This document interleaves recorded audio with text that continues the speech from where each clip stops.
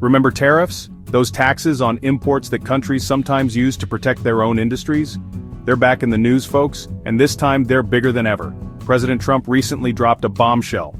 A 10% tariff on all imports coming into the United States. That's right, everything. From cars to coffee, the price tag just went up. The stated goal? To protect American jobs and bring back manufacturing to U.S. soil. Sounds good in theory, right? But history has a funny way of repeating itself, and when it comes to tariffs, the past is littered with cautionary tales. Remember the Smoot-Hawley Tariff Act of 1930? It's not exactly a happy memory.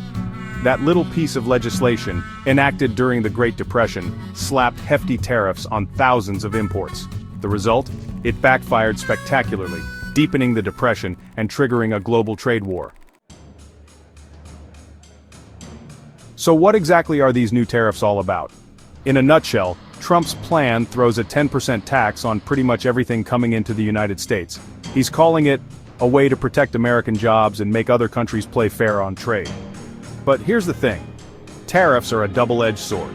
While they might sound good on paper, they often end up hurting the very people they're supposed to help.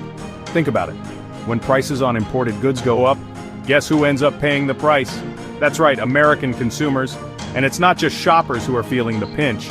Businesses, especially those that rely on imports, are scrambling to figure out how to cope with these new costs.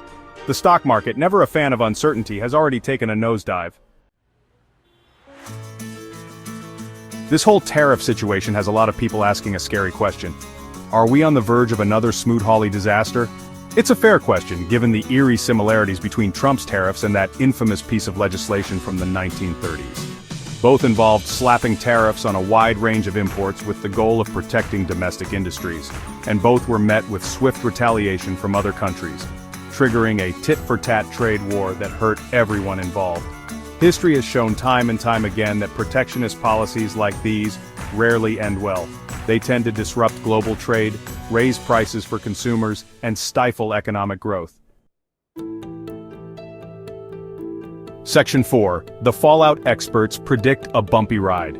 So what do the experts have to say about all of this? Well, they're not exactly throwing a ticker tape parade. Economists are warning that these tariffs could have a ripple effect throughout the economy, leading to higher prices, job losses, and slower economic growth. Consumers could see their grocery bills and everyday expenses go up. Businesses, especially small businesses, could struggle to absorb the increased costs of imported goods, and the global economy already facing headwinds could take a serious hit. The big question is whether these tariffs will actually achieve their intended goal of bringing back manufacturing jobs to the U.S. Some experts are skeptical, arguing that the global economy is far too interconnected for such simplistic solutions.